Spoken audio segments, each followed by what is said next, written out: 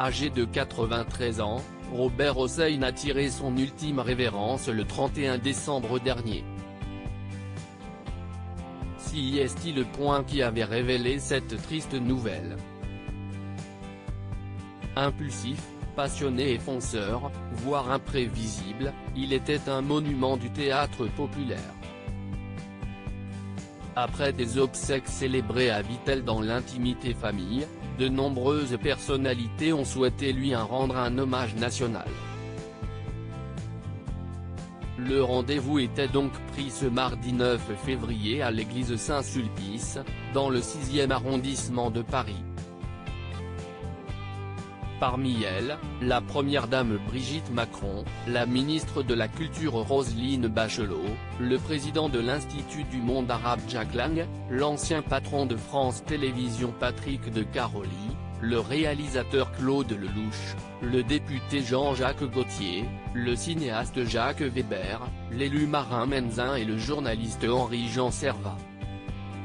Pour cette cérémonie, les restrictions sanitaires ont été respectées puisque la distanciation sociale et le port du masque étaient obligatoires pour les personnes présentes. Sur les marches de l'église Saint-Sulpice, Henri-Jean Servat a été chargé de lire les messages de personnalités, très proches de Robert Hossein, mais qui n'ont pas pu être présentes pour cet hommage. Pour Isabelle Adjani, protégée du réalisateur, il a été mon père de théâtre. Il fut un professeur, un coach, un premier maître, a-t-elle écrit avant de conclure, Robert, je pense à vous et je vous sens vivant. Michel Mercier a avoué être fière et heureuse d'avoir croisé sa route dans Angélique Marquise des Anges et avoue, tu restes un éternel Geoffrey. Brigitte Bardot a, quant à elle, souhaité s'adresser directement à Candice Patou, la veuve de Robert Hossein. Robert était un animal sauvage que tu as su apprivoiser, un Robin des Bois qui donnait aux démunis, un magnifique guerrier. Un homme unique qui t'a choisi pour son chemin de vie.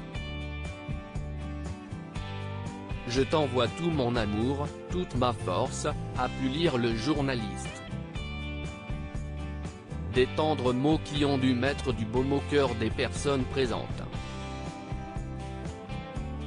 Robert Hossein, figure incontournable du cinéma français alors qu'il fait ses débuts au théâtre, Robert Hossein se tourne vers le cinéma en 1948. Sa carrière commence dans le 7e art avec un rôle de figuration dans Le Diable boiteux de Sacha Guitry. Ce n'est que durant les années 1960 qu'il va arriver en haut de l'affiche en incarnant Geoffrey de Perrac dans Angélique Marquise des Anges. Un rôle qui lui permettra de rencontrer Michel Mercier. Il a, par la suite, multiplié les apparitions en tant qu'acteur notamment dans Le Casse, Prêtre interdit ou encore Le Vampire de Düsseldorf de Marie-France Pizier. Il a également connu un immense succès avec la réalisation d'une quinzaine de films. Figure incontournable, il a marqué le cinéma français.